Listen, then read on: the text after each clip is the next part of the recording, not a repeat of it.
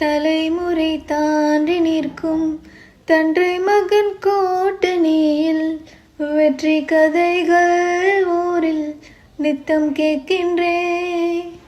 சிங்கம் பெற்ற பிள்ளை என்று ஓட சொல்லும் ஓசையோடு உயிராமகா விடுகின்றே. அன்பை மட்டும் அள்ளி வீசும் வீடு அமைவது அழகே, அதிசயம் அற்புதம் அதுவே.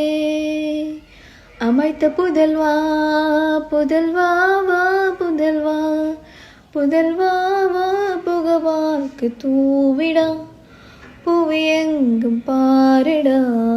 மகனே மகனே வா மகனே மகனே வா உன்னை பார்க்க போதெல்லாம் முகம் போக்கு தேனிதான்